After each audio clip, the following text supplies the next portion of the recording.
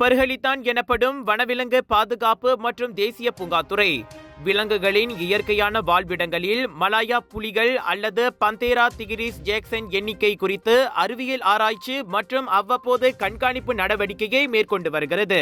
ஒரு பகுதியில் உள்ள மக்கள் தொகையின் நிலையை புரிந்து கொண்டு மீண்டும் மீண்டும் மனிதர்கள் மற்றும் புலிகளுடன் மோதல்கள் ஏற்படக்கூடிய இடங்களில் பொருத்தமான பாதுகாப்பு நடவடிக்கைகளை திட்டமிடுவதற்கு அந்த விலங்குகள் குறித்த புள்ளி விவரம் மீதான ஆய்வு மிகவும் முக்கியமாகும் என தீபகற்ப மலேசியா வனவிலங்கு பூங்காத்துறையின் தலைமை இயக்குனர் டத்தோ அப்துல் காடிர் அப்துல் ஆஷின் தெரிவித்தார்.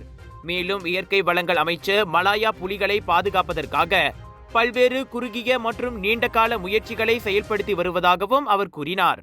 இயற்கை வாழ்விடங்களில் மலாயா புலிகளின் எண்ணிக்கை 150க்கும் குறைவாக இருப்பதால் அதன் முக்கியத்துவத்தை உணர்ந்து இந்த விவகாரம் கடந்த 2021ஆம் ஆண்டு ஜூன் 16ஆம் தேதியன்று அமைச்சரவை கூட்டத்திற்கு கொண்டு செல்லப்பட்டதாக அப்துல் காடிர் தெரிவித்தார். அதன் விளைவாக பிரதமர் தலைமையில் மலாயா புலிகள் பாதுகாப்புக்கான தேசிய பணிக்குழு அமைக்கப்பட்டதையும் அவர் சுட்டிக்காட்டினார். அந்த பணிக்குழு மலாயா புலிகளின் எண்ணிக்கையின் நெருக்கடியை கையாள்வதில் கூட்டரசு மற்றும் மாநில அரசுகளுடன் கொள்கை சட்ட வரைவு உட்பட பல்வேறு நடவடிக்கைக்கான செயல்முறை திட்டத்திற்கு பேச்சு நடத்துவதற்கான தளமாகவும் அமையும் என அப்துல் காடிர் கூறினார்.